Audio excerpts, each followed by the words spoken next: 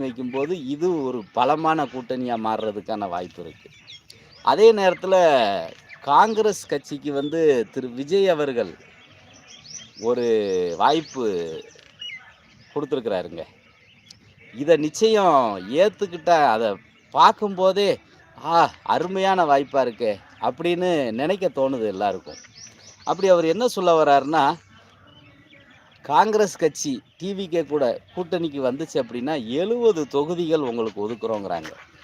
ஏன்னா இப்போதைக்கு அவங்க ஒரு 30 தொகுதி கிடைச்சாலே பெருசு அப்படின்னு தான் அவங்க நினச்சிக்கிட்டு இருக்கிறாங்க. ஆனா அவங்களுக்கு 70 தொகுதி ஒதுக்குறதுக்கு திரு விஜய் முன் வர்றாருங்க. அதே இப்ப அப்புறம் பார்த்தீங்கன்னா, டெபுட்டி சிஎம்மும் உங்களுக்கு உண்டு. நம்ம கூட்டணி வெற்றி அடைஞ்ச உடனே நீங்க தான் துணை முதலமைச்சர்.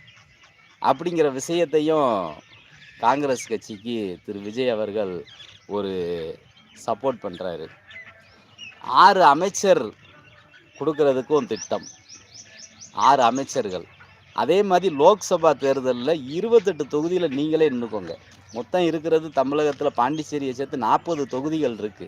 இந்த 40ல 28 தொகுதிகள காங்கிரஸுக்கு குடுக்குறாரு.